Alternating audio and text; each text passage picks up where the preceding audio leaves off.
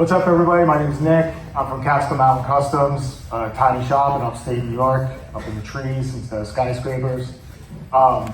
Just a little bit about my background. I've always been into cars, motorcycles, things like that. About 10 years ago, I started Casco Mountain Customs, and my primary focus at that time was custom motorcycles. I was doing ground-up custom motorcycles, and I had some fabrication skills. I learned to weld.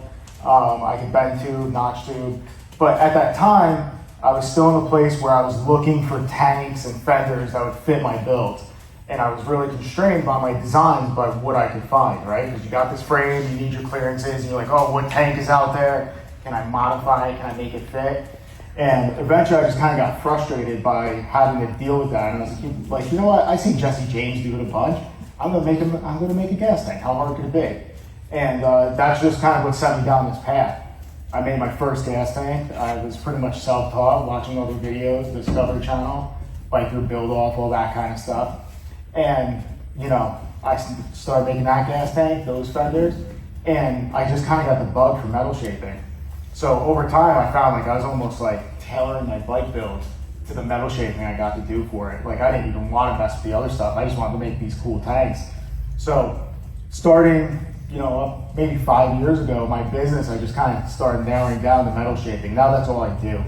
I do a lot of motorcycle stuff. I've gone into a lot of aircraft stuff. You know, I made the entire front nose of a vintage Cessna last year. You know, that's really tedious and meticulous work, but it's super rewarding because when you're working with aircraft, it's gotta be right and it's gotta go to the parameters, you know what I mean? You're using 2024 aluminum, it can't be shrunk. It's in a T3 hardness, lots of times when you're working it, so it acts like a lot like spring steel. So when you're working with that kind of stuff, you have to really understand what we call the principles or fundamentals of metal shaping, right? Because we just saw NOAA, we saw some techniques to hand shrink. That doesn't work on aircraft panels, right?